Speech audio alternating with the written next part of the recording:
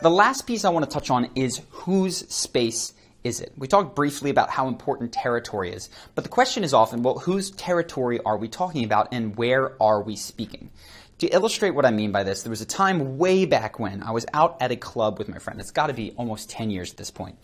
And we were out, and one of the habits that I noticed that he had was he'd start talking to a woman, and they would be very receptive at first.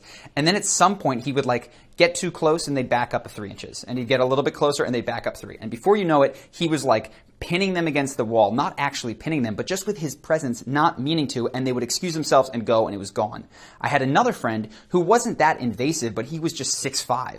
So if he got too close to people, they were like, whoa, whoa, and they would start to backpedal.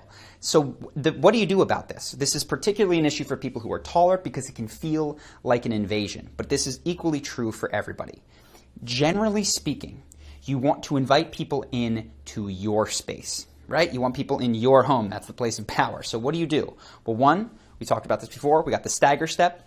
But two, any time that you can place your back to a wall, to a chair, to a something, if you're in a booth and you're sitting down to talk to someone, if you can be the one deepest in the booth, we are now in your space. When you got your back up to the wall, that's actually good. This is, again, I believe, and when I've read about it, evolutionarily hardwired, because when you build a home or you set up a desk or you have your bed, you want it to face the door. You want to see when people can come in.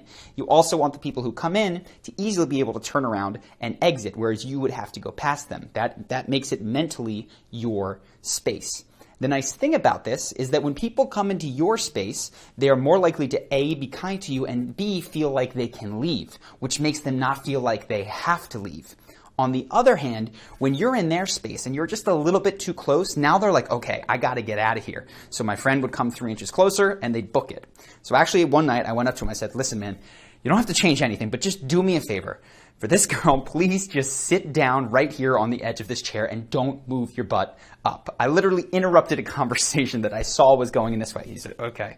And he sat there, and the interaction went much, much better. I think they actually made out that evening, which he was very, very pleased with for my advice. The point is, invite people into your space. They'll feel more comfortable. It'll go better for you.